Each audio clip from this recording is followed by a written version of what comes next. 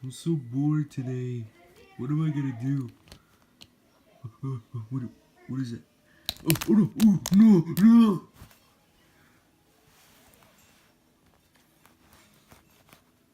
Tiny turbo changers. It's the kamatakun toy review show, even though that I'm getting tired of this Transformers phenomenon. Should I review a Godzilla? So I had to go through this. Tiny turbo changers, Transformers. What's the big point of Transformers? Why do I have to review? The last video I reviewed a Studio Series Jazz, and now I just had to keep reviewing all of these. So these are tiny turbo changers. They're found in blind bags, and that's it. See you next time with a kamatakun toy review show. I'm tired.